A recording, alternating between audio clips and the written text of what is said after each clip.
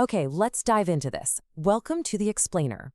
Today, we're unpacking what is pretty much universally recognized as the absolute most dangerous moment in human history.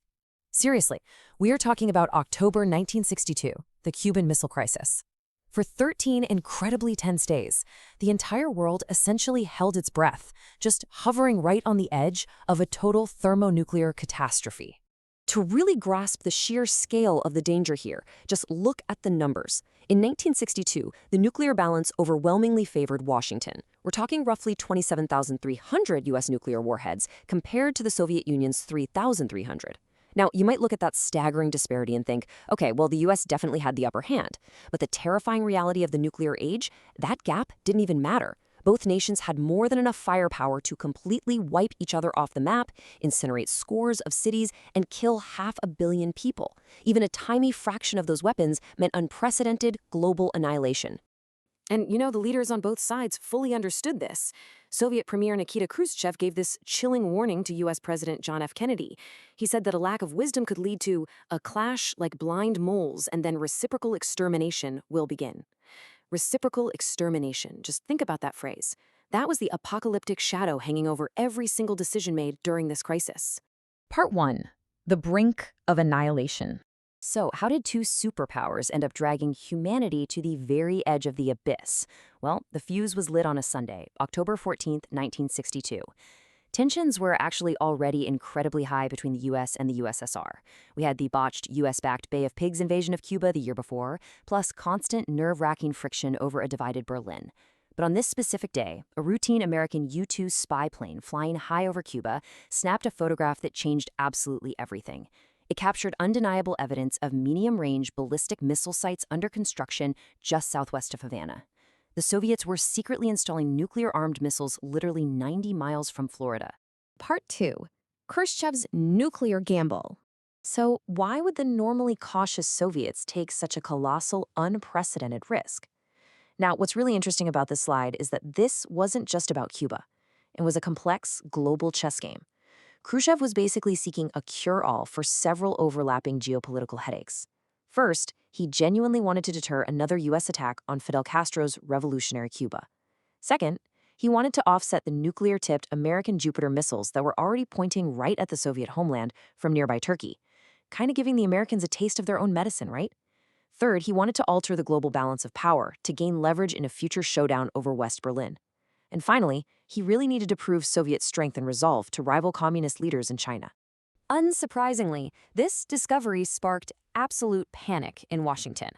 By putting missiles in Cuba, the Soviets had essentially established an unsinkable strategic missile base.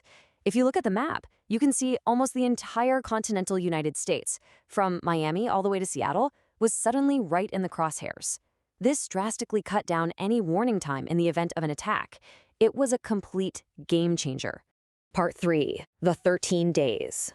Once President Kennedy was briefed on the morning of October 16th, the clock truly started ticking.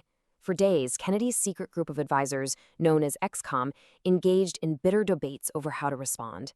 The options essentially boiled down to two very different paths. On one side, military hardliners pushed for a sudden, massive airstrike followed immediately by a full-scale invasion of Cuba. On the other side, a more moderate approach favored a naval blockade. Kennedy actually heavily leaned away from the airstrike. Why? Well, the military couldn't guarantee they'd destroy every single missile before they launched. Plus, Kennedy's brother, Attorney General Robert F. Kennedy, passionately argued that a surprise sneak attack would be a Pearl Harbor in reverse and would fundamentally destroy America's moral standing in the world. So Kennedy went with the naval option, but with a highly specific choice of words. When he finally revealed the crisis to a totally shocked global public on television on October 22nd, he deliberately didn't call it a blockade. Under international law, a blockade is actually considered an act of war. Instead, he called it a strict quarantine on all offensive military equipment bound for Cuba.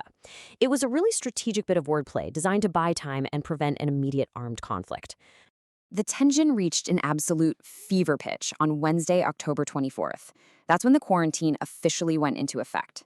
U.S. ships were in position, ready to intercept Soviet vessels. Nobody, and I mean nobody, knew if the Soviet captains would defy the line and spark World War III. But then, reports came in that Soviet ships had stopped dead in the water or even reversed course. Secretary of State Dean Rusk leaned over and whispered this now famous quote, "We're eyeball to eyeball, and I think the other fellow just blinked." The ex-com breathed a sigh of relief, but honestly, the crisis was far from over. In fact, things were just about to spiral completely out of control. Let's look at October 27th, a day known to history as Black Saturday. The pacing of events here became absolutely terrifying. In the morning, the FBI reports that Soviet diplomats in New York are literally burning their sensitive documents. They are preparing for war. Then, that afternoon, the unthinkable happens. An American U-2 plane is shot down by a surface-to-air missile over Cuba, and its pilot, Rudolph Anderson, is killed. The military immediately demands a massive retaliatory strike by Monday. But Kennedy, trying to hold things together, cautiously holds off, sending his brother to meet secretly with the Soviet ambassador, Anatoly Dobrynin, that very evening. And, the danger wasn't just confined to the Oval Office or the Kremlin. The true terror here was the very real risk of accidental escalation. Out on the quarantine line, a harried Soviet submarine commander, in a vessel armed with a nuclear torpedo, was being stalked and harassed by U.S. ships dropping depth charges. Exhausted, completely out of touch with Moscow, the commander actually concluded that war had already begun. He seriously considered firing his nuclear weapon. It is wild to think about, but a single, localized miscalculation like that could have literally ended civilization. Part 4, the secret back-channel deal. So the crucial point is, while the public showdown looks like this unyielding test of wills, the actual resolution was happening entirely in the shadows. Washington was suddenly getting these really confusing, conflicting messages from Khrushchev. On Friday, they received a long, highly emotional private letter where Khrushchev visceralized the horrors of war and offered to withdraw the missiles if the U.S. simply pledged not to invade Cuba. Easy enough, right? But the very next day, a second, highly aggressive message was broadcast publicly, demanding the U.S. also pull its Jupiter missiles out of Turkey. To find an escape hatch, Kennedy's team used what's known as the Trilopi ploy. They basically just drafted a formal response accepting the terms of the first private letter and publicly ignored the second one altogether. But behind closed doors, they still had to broker a compromise to satisfy that second demand. Here is the final world-saving deal negotiated by Robert Kennedy and Ambassador Dobrynin. Step 1. The U.S. makes a public pledge not to invade Cuba. Step 2. The USSR agrees to dismantle and remove its missiles under UN supervision. And Step 3, and this is absolutely vital, the U.S. secretly agrees to pull its obsolete Jupiter missiles out of Turkey within a few months. This final condition had to be kept strictly under wraps so Kennedy wouldn't appear to the world to be submitting to nuclear blackmail. Khrushchev quickly accepted. Fearing an imminent U.S. attack, the Soviet premier folded. Soon after, reconnaissance photos started coming in, providing visual proof that the crisis was actually ending. Soviet missile equipment, launchers, and erectors were sitting on the docks at Mariel Port, being prepped for their return to the USSR in November 1962. The Soviet sailors even had to pull back the tarpaulins on the decks of their ships so U.S. planes flying low overhead could physically verify the withdrawal. Part 5. Fallout and Legacy.